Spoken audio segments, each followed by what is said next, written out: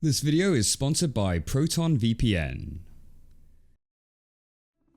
It was now just me, some sexy pirates, and a few frisky guinea pigs who mocked my virginity. Memoir of a Snail, a film which doesn't hold back its punches as it tackles the themes of loss, trauma, depression, isolation, and an overall urge of wanting to belong in this cruel and unforgiving world, whilst also involving swingers, naked old ladies, and even some snail sex. Yeah, I can see why you guys wanted me to review this. Directed by Adam Elliott, Memoir of a Snail is a stop-motion film which released in 2024, and follows the life of Grace Puddle as she laments about her life to a pet snail, from its tragic beginnings, to tragic middle, and to tragic end. Oh, Pinky. Yeah, it's one of those kind of films.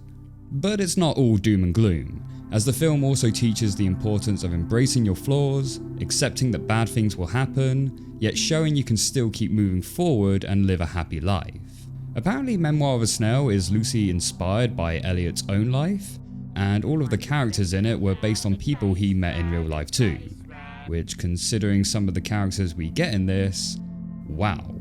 I just started looking around my family. I thought, well, actually, I've got lots of material. Just, I almost don't have to invent anything. The film received critical acclaim and was nominated for Best Animated Feature at the 97th Academy Awards. It was developed over an 8-year period and is the first time Elliott has directed a film since his last one, Mary and Max, back in 2009. Mary and Max was also a similar film which dealt with some heavy-handed themes, so if you want to check that out, you can click the link on this video. But after 8 years of development, and over 10 years since Elliott last directed, how does Memoir of a Snail hold up? Let's take a look. Now, the reason this video took so long to come out was because it was getting plagued with copyright claims. And not only that, but it was also getting blocked in certain parts of the world. And that's why this video's sponsor feels especially relevant, and that's Proton VPN. With Proton VPN, you are able to access content from across the globe that you may not have been able to access in your home country. Proton VPN has over 120 countries to choose from, with over 13,000 servers. It has a high-speed server network offering connection speeds of up to 10 gigabytes a second, ideal for streaming and even gaming. It also comes with an integrated ad blocker and a kill switch feature so that if the VPN connection drops, your internet traffic isn't exposed. Proton VPN will also never look at your data, as it has a strict no-logs policy that has been audited and verified by independent security audits, and their code is open source, meaning that anyone is able to inspect it should you have any doubts. Proton are currently doing a Black Friday sales deal of 75% off when you go through my affiliate link, which is protonvpn.com/SteveReviews, or you can click it directly in the description below. Thank you to Proton VPN for sponsoring this video. Now back to the review. The film's credits open up as we explore a room that is filled with all sorts of random items that someone has been hoarding. And am I really going to have to blur the tits out on a gingerbread woman? Yeah, I'm going to have to blur the tits out on a gingerbread woman. Coward. In all seriousness though, this opening does go to highlight the great level of detail that goes into the set design and props for this film. And when you're watching this through for a second time, you'll notice how many of these objects are also plot features for later on in the film. We open up on an immediately uncomfortable scene as we see an old lady named Pinky on her deathbed. The potatoes! Potatoes? Pinky, what do you mean? I just think they're neat. The woman next to Pinky is her best friend Grace, who after Pinky's death releases a pet snail named Sylvia into the garden and begins telling it about the story of her life. Which, yeah, much like Mary and Max, this film also contains a lot of narration, which, fun fact, the reason Elliott tends to use narration a lot in these films is partly because it's a cheaper method of production, as not having the characters speak much in the film means you don't need to constantly animate their lip movements to sync up with the dialogue. I mean, I don't like having to use voiceover and narration too much. It gets unbearable, but we have to because it helps save time and money. And like Mary and Max, you're also going to notice the off-colour palette. Memoir of a Snail once again adopts the sepia tone that was used in the Australian scenes in Mary and Max, though it's not quite full on sepia tone as you get some colours coming through, but definitely has a brownish yellow tone over it. Basically, Australia gets the Mexico treatment.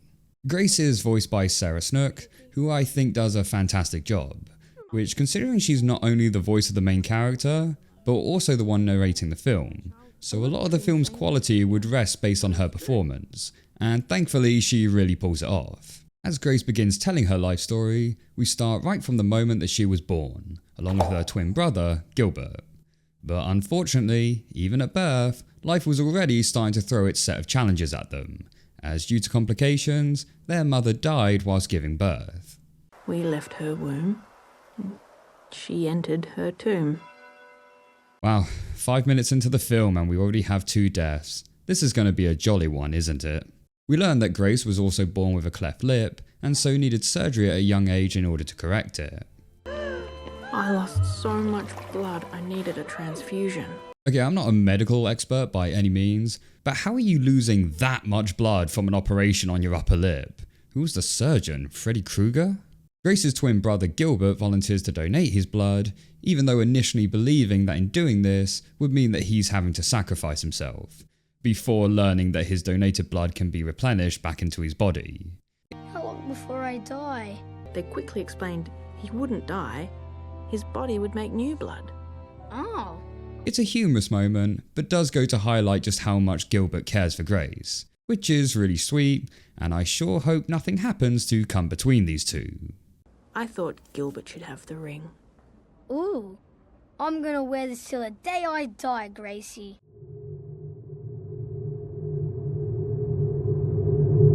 We cut forward in time a few years where we see Grace and Gilbert's childhood, and how Grace would be bullied at school, and how Gilbert would always rush to defend her.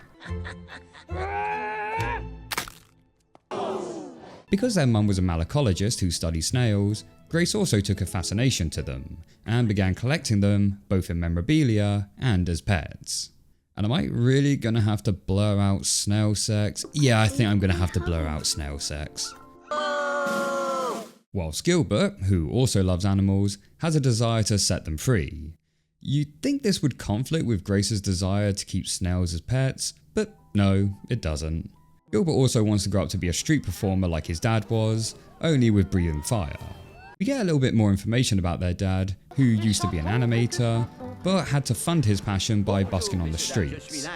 Unfortunately, he was one day hit by a drunk driver and left crippled, which, coupled with the later death of his wife, soon caused him to start falling into alcoholism. Man, what is it with this director and alcoholic parents? Though despite this, their dad isn't a bad parent by any means, and still very much loves his kids, as they would share lots of fun memories together. So even with not having the best start in life, at least they still all had each other.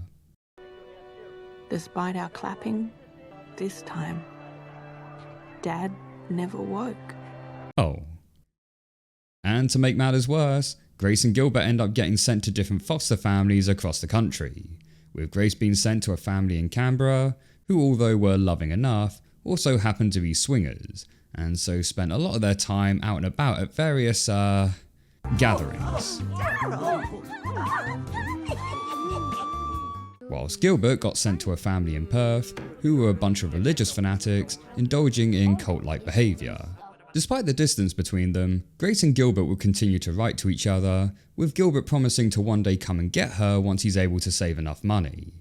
We cut forward 5 years, where Grace meets an old lady named Pinky, who got their nickname after losing a pinky finger whilst dancing in Barcelona. Pinky is a woman who's lived quite the lifestyle. She's been twice widowed, travelled all over the world, and was an exotic dancer. I didn't need to see that. Not to mention, also made love with John Denver. Am I really gonna have to blur out some old lady's tits? Yes, I absolutely am. Oh, thank you, merciful God. Grace finds Pinky's life fascinating, and the two quickly become friends. We cut forward again a few more years, where despite her friendship with Pinky and receiving letters from Gilbert, Grace has started to fall into depression. She tries self-help classes, but to no avail, and her collection of snail memorabilia has grown as a result.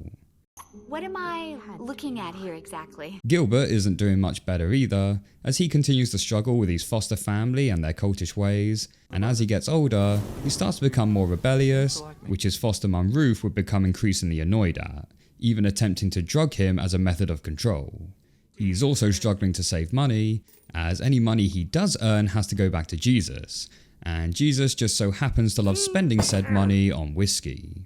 Damn, if only Grace had some spare income of her own that she could either go out and visit him, or better yet, help pay for his journey to come see her. Truly unfortunate. Grace then meets a new neighbour called Ken. The two start dating, and things begin looking up for Grace as her and Ken's love grows. They get engaged, and Ken even sends money over to Gilbert so that he can not only attend their wedding, but to also come live with them. So it seems like Grace is going to get a happy ending after all. She's met the man of her dreams, and is finally going to reunite with her brother again. So all is looking good and happy. Then one day, as Grace is preparing for her wedding, she receives a letter and parcel from Gilbert's foster mother, informing her that Gilbert had recently died in a fire. Which, according to the foster mum, Gilbert had been caught in sinful acts, so she attempted to purge out the evil and correct their sins. But Gilbert escaped the restraints, and in an act of vengeance, burnt down the church, but in doing so, got trapped inside and ended up perishing in the flames. In which Grace finds that the parcel is actually Gilbert's ashes. Now, rewatching this scene, I'm not quite sure whether Ruth actually intended to have Gilbert burn alive in the church, or if she simply trapped him inside because she was scared he would attack her. I don't know. Let me know what you guys think. The news absolutely devastates Grace, as she feels completely empty inside, and starts to buy and collect even more memorabilia as a coping mechanism, with even resorting to stealing, which eventually leads her to getting discovered and being summoned to court. But at least through all of that devastation, at least she still has her one true love, Ken. His spoonfuls of love kept me going. So Grace discovers that Ken doesn't actually love her in the way that she thought he did, and more so in that he just had a fat fetish, and has been trying to fatten her up as much as possible, just like he had done with many other previous women in the past. She ends up breaking up with Ken and throwing him out, and begins reliving moments of trauma throughout her life.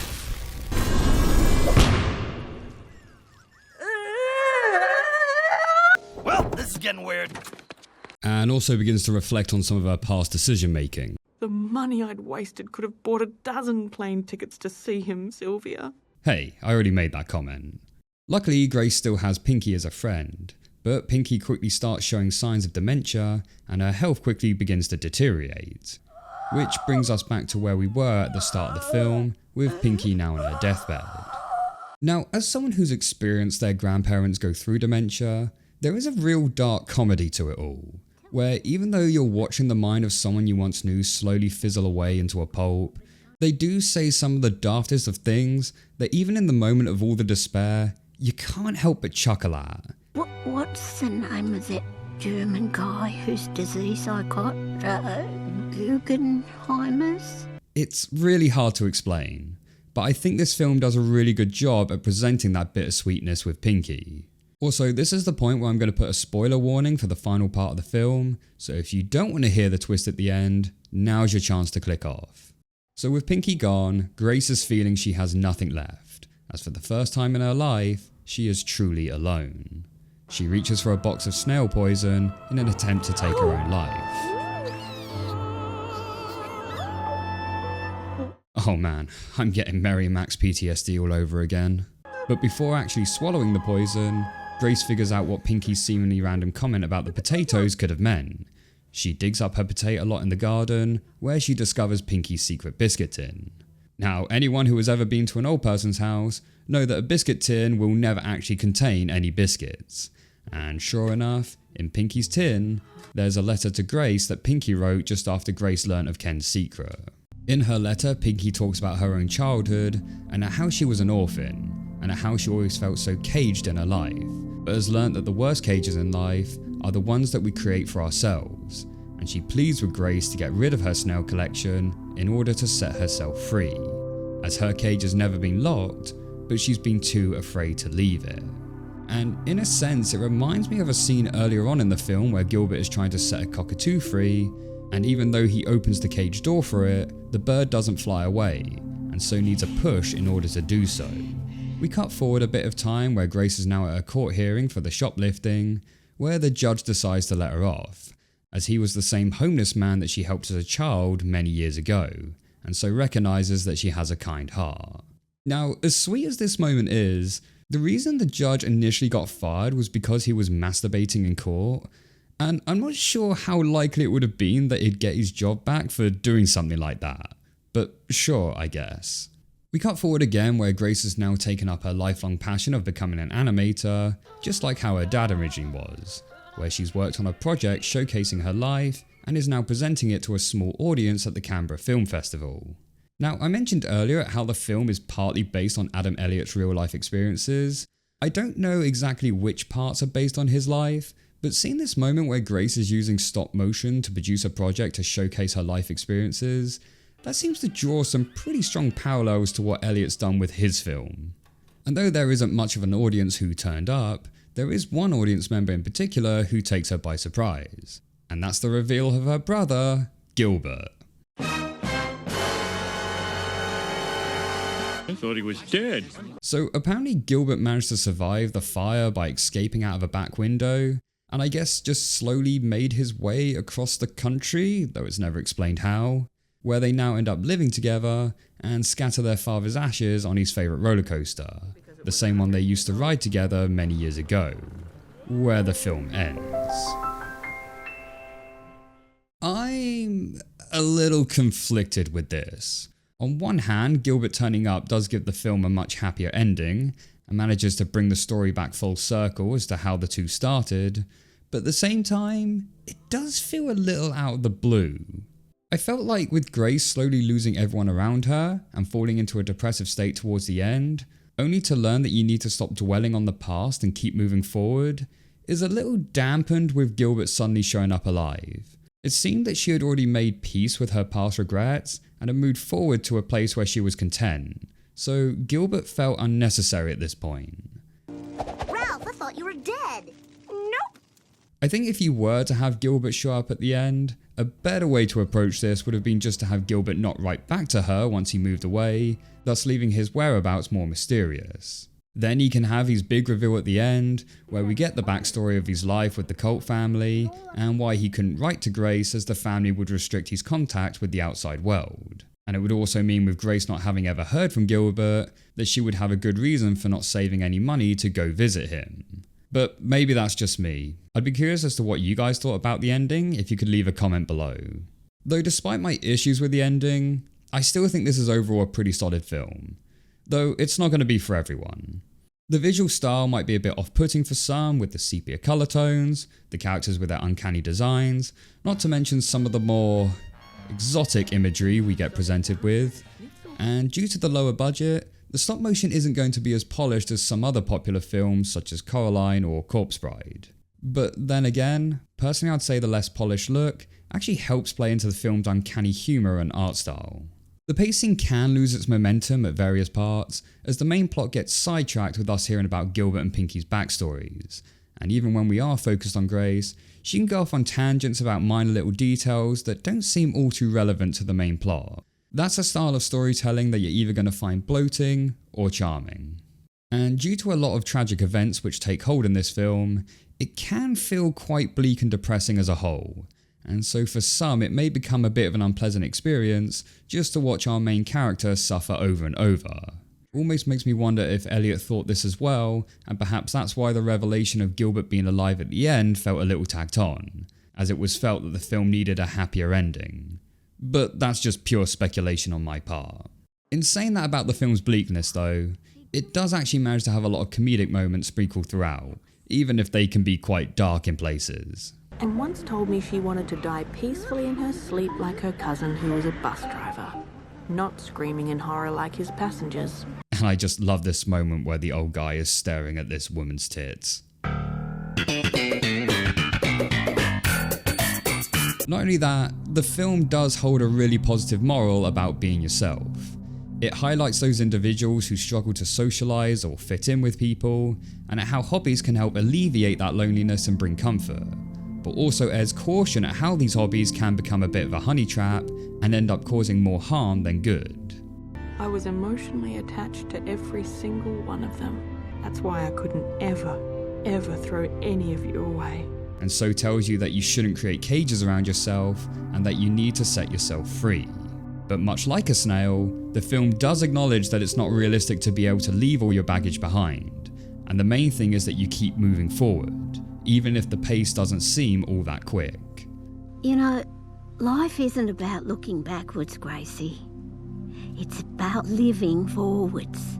I like how at the end, when Grace is presenting her animation, it's not treated as some grand spectacle of achievement with a standing ovation. There's hardly anyone in the crowd, and those that are there don't seem to be showing much interest. But Grace is still happy with what she has accomplished, and so thanks them for coming anyway. Any questions? Ah, well. Thanks for coming. I know people are going to ask me whether I prefer this or Mary and Max, so I'm going to give my answer here. The two films actually have a lot of similarities, such as the character designs and the off-colour aesthetic, there's narration use throughout, alcoholic parents, and even a plot of having two characters writing to each other over a long distance, and both have the overall message of not only accepting your flaws, but embracing them. But if I were to pick one, I would say I prefer Mary and Max overall. I think it has the stronger plot, with better pacing, and the ending feels far more impactful. Still, that's not to say Memoir of a Snail isn't worth checking out, and if you were a fan of Mary and Max, chances are you're going to enjoy this too. The film teaches us to embrace our flaws and accept that some things can't be changed. Yet despite these imperfections, we can still lead happy, fulfilling lives, for it is our imperfections which make us human. Life can only be understood backwards, but we have to live it forwards.